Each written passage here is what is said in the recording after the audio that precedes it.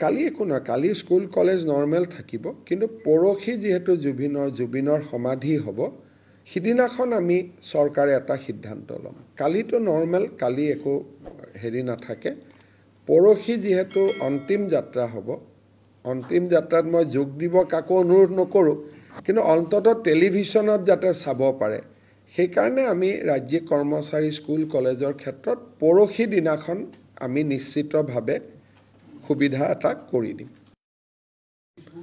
কালি একো নহয়, কালি school college normal থাকিব, কিন্তু পৰহি যিহেতু জুবিনৰ সমাধি হ'ব, সিদিনাখন আমি চৰকাৰে এটা সিদ্ধান্ত ল'ম। কালিতো নৰ্মেল, কালি একো নাথাকে।